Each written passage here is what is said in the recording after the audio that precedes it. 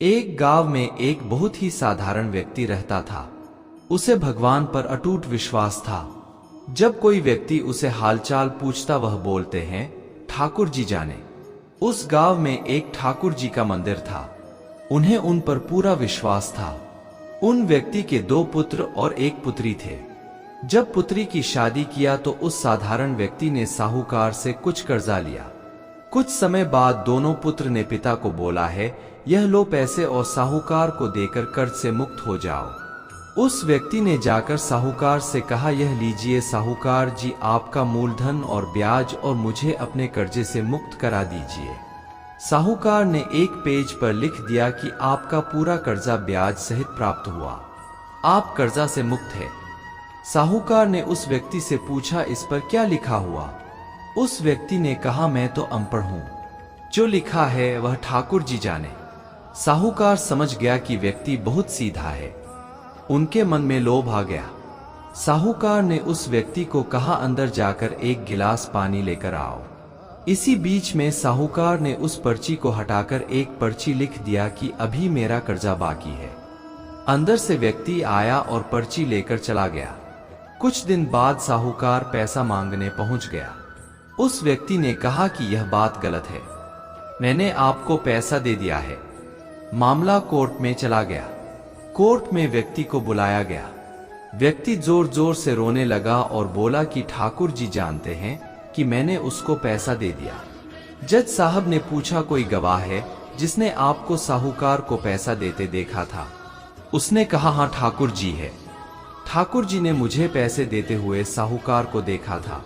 जज साहब ने कहा, ठाकुर जी को बुलाया जाए। पुलिस वालों ने उस गांव में जाकर लोगों से पूछा, ठाकुर जी नाम का कोई व्यक्ति इस गांव में है, उसे कल कोर्ट में आना पड़ेगा। गांव वालों ने कहा, ठाकुर जी नाम का कोई भी व्यक्ति इस गांव में नहीं है, ठाकुर जी का मंदिर है। अब भगवान कैसे कोर्ट में पेश होंगे? अगले दिन अदालत की कार्रवाई शुरू हुई। जज साहब के बगल में खड़ा भक्ति जोर से बोला लगा, ठाकुर जी हाजिर हो, ठाकुर जी हाजिर हो। उसी वक्त एक बूढ़ा व्यक्ति सिर पर तिलक लगाए चंदन का माला पहने हुए कोर्ट में आ गया। उस व्यक्ति ने कटघरे में खड़ा होकर बोला, सर मैं ठाकुर जी हूं, बताइए क्या बात है? जज साहब ने ठाकुर जी से पूछा, क्या आप इस व्यक्ति को साहूकार को पैसे देते हुए देखा था? तब ठाकुर जी ने बोला, हाँ जज साहब, मेरे सामने में इस व्यक्ति ने साहूकार को पूरे पैसे ब्याज समेत दे दिया था। आप साहूकार को यहाँ पर रोकिए और किसी व्यक्ति को साहूकार के घर भेजिए। साहूकार के घर में अलमारी नंबर 3 में एक फाइल है। उस फाइल के 22वें पेज पर वह पर्ची रखा हुआ है जिसमें लिखा है कि यह व्यक्ति ने ब्याज समेत पैसा दे दिया। वह व्यक्ति इतना बोलकर चला गया। कुछ देर बाद सिपाही वापस आया और जज साहब को एक पर्ची दी। यह पर्ची जिसमें लिखा हुआ था कि पूरा पैसा ब्याज समेत मिल गया। जज साहब ने कहा, ठाकुर जी कहाँ गए, उनको बुलाओ। ठाकुर जी दिखाई नहीं दिए। अगले दिन जज साहब उस व्यक्ति के गांव गया। पूरे गांव में खोजा गया। सभी व्यक्ति ने कहा कि वह वृद्ध आदमी इस गांव का नहीं था। जज साहब समझ गए वह वास्तव में ठाकुर जी यानी भगवान ही थे। जज साहब उसी वक्त अपने पद से इस्तीफा दे दिया। जज साहब भारत के सभी मंदिरों में घूम घूम कर उसके दरबार पर मिट्टी को अपने सिर में लगाते थे, किसी मंदिर में बैठते नहीं। जज साहब कहते थे, हमने भगवान को अदालत में बुलाकर खड़ा किया था, फिर मैं किसी मंदिर में कैसे बैठ सकता हूँ? इस तरह जज साहब काफी बदल गए। यह कहानी सच्ची घटना है। यदि आपको भगवान पर विश्वास है तो वह जरूर आपको बुरे वक्त में काम आएंगे। आप भले ही किसी धर्म के हो, आपके धर्म जो भी देवता हो उसमें आप विश्वास रखें। जैसे यदि आप हिंदू हैं तो भगवान जैसे कृष्ण, राम आदि, मुस्लिम है तो मोहम्मद साहब, सिख है तो गुरु नानक देव, ईसाई हैं तो ईसा मसीह इत्यादि। आप अधिकतर व्यक्ति के मुंह से सुनते होंगे, मैं किसी भगवान को नहीं मानता, मुझे किसी भगवान पर विश्वास नहीं है। पर बुरे वक्त आने पर उन्हें भगवान की याद जरूर आती है। कई बार आप और मैं ऐसे लोगों के मुंह से सुना है कि आज भगवान ने मेरी जान बचाई, मेरे बगल से कार निकली, मैं तो बाल बाल बच गया। मेरा जान पहचान का एक डॉक्टर है, जो भगवान में भगवान नहीं रखता। अधिकतर उसके मुंह से निकलती है, मुझे तो जो करना था मैं कर दिया, आगे भगवान जाने। एक बार मैंने उससे पूछा, तुम तो भगवान को मानता ही नहीं कि तुम्हें भगवान की याद क्यों आती है? उसका जवाब था, जब मुझे बुरा वक्त आता है तो भगवान की याद आने लगती है, अच्छे स्थिति में भगवान को भूल जाता हूँ। इस डॉक्टर की तरह दुनिया में अनेक इंसान है जो हमेशा कहता है कि मुझे भगवान पर विश्वास नहीं है, मैं भगवान को नहीं मानता हूँ, और जब भी बुरा वक्त आता है तो भगवान को याद करने लगते हैं। कहने का अर्थ है, भगवान का दुख में सब याद करते हैं और सुख में कोई याद नहीं करता। यदि हम भगवान को सुख में भी याद करें तो दुख कभी आएगा ही नहीं। मैं आपको यह नहीं कहता कि आप हमेशा मंदिर मस्जिद में जाओ, पूजा पाठ करो, बड़े बड़े यज्ञ का आयोजन करो।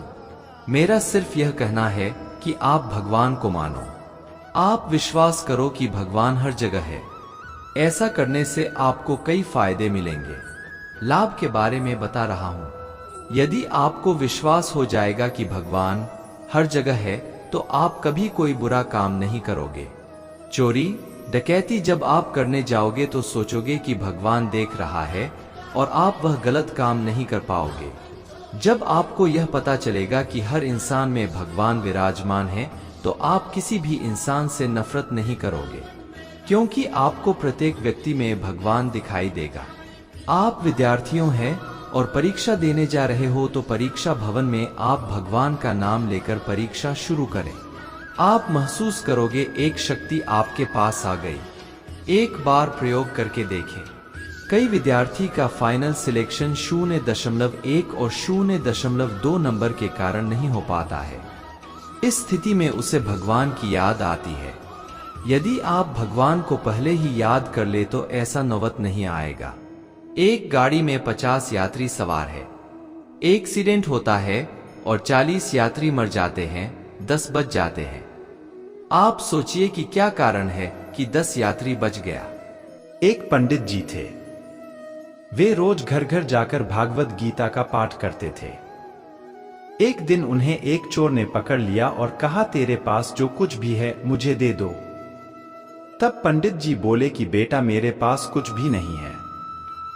तुम एक काम करना, मैं यहीं पड़ोस के घर में जाकर भागवत गीता का पाठ करता हूँ। वो यजमान बहुत दानी लोग हैं। जब मैं कथा सुना रहा होऊंगा तुम उनके घर में जाकर चोरी कर लेना। चोर मान गया। अगले दिन जब पंडित जी कथा सुना रहे थे तब वो चोर भी वहां आ गया। तब पंडित जी बोले कि यहां से मीलों दूर एक गांव है वृंदावन, वहां पर एक लड़का आता है जिसका नाम कान्हा है। वो हीरों जवाहरातों से लदा रहता है। अगर कोई लूटना चाहता है तो उसको लूटो। वो रोज रात को उस पीपल के पेड़ के नीचे आता है जिसके आसपास बहुत सी झाड़ियां हैं। चोर ने यह सुना और खुशी खुशी वहां से चला गया।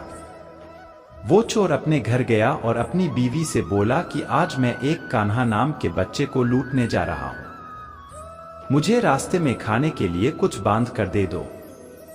पत्नी ने कुछ सत्तू उसको दे दिया और कहा कि बस यही है जो कुछ भी है। चोर वहां से ये संकल्प लेकर चला कि अब तो मैं उस कान्हा को लूट के ही आऊंगा। वो पैदल ही पैदल टूटे चप्पल में ही वहां से चल पड़ा। रास्ते में कान्हा का नाम लेते हुए वो अगले दिन शाम को वहां पहुंचा जो जगह उसे पंडित जी ने बताई थी। अब वहां पहुंचकर उसने सोचा कि अगर मैं यहीं सामने खड़ा हो गया तो बच्चा मुझे देखकर भाग जाएगा, तो मेरा यहां आना बेकार हो जाएगा। इसलिए उसने सोचा क्यों न पास वाली झाड़ियों में ही छुप जाओ। वो जैसे ही झाड़ियों में घुसा, झाड़ियों के कांटे उसे चुभने लगे। उस समय उसके मुंह से एक ही आवाज आई, कान्हा कान्हा। उसका शरीर लहूलुहान हो गया, पर मुंह से सिर्फ यही निकला, कान्हा आ जाओ, कान्हा आ जाओ। अपने भक्त की ऐसी दशा देख के कान्हा जी चल पड़े। तभी रुक्मणी जी बोली कि प्रभु कहाँ जा रहे हो, वो आपको लूट लेगा।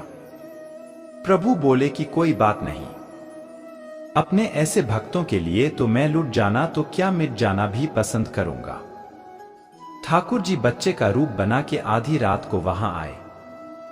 वो जैसे ही पेड़ के पास पहुंचे, चोर एकदम से बाहर आ गया और उन्हें पकड़कर बोला, ओ कान्हा, तूने मुझे बहुत दुखी किया है। अब ये चाकू देख रहा है न, अब चुपचाप अपने सारे गहने मुझे दे दे। कान्हा जी ने हंसते हुए उसे सब कुछ दे दिया। चोर हंसी खुशी अगले दिन अपने गांव में वापस पहुंचा। सबसे पहले उसी जगह गया जहां पर पंडित जी कथा सुना रहे थे। जितने भी गहने वो चोरी करके लाया था, उनका आधा उसने पंडित जी के चरणों में रख दिया।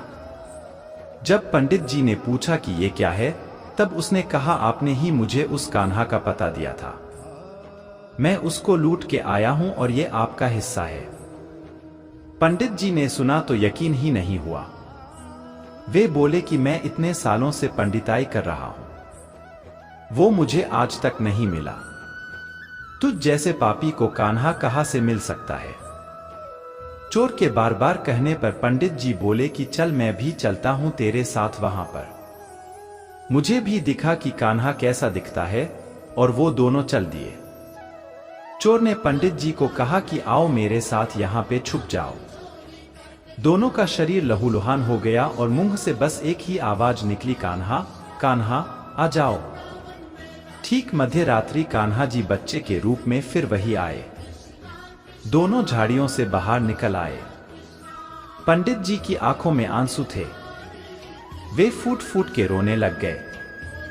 चोर के चरणों में गिर गए और बोले कि हम जिसे आज तक देखने के लिए तरसते रहे, जो आज तक लोगों को लूटता आया है, तुमने उसे ही लूट लिया। तुम धन्य हो। आज तुम्हारी वजह से मुझे कान्हा के दर्शन हुए हैं। तुम धन्य हो। सीख ऐसा है हमारे कान्हा का प्यार अपने सच्चे भक्तों के लिए।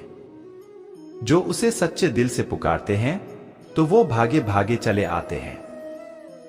प्रेम से कहिए श्री राधे। मेरो तो गिरधर गोपाल दूसरो न कोई।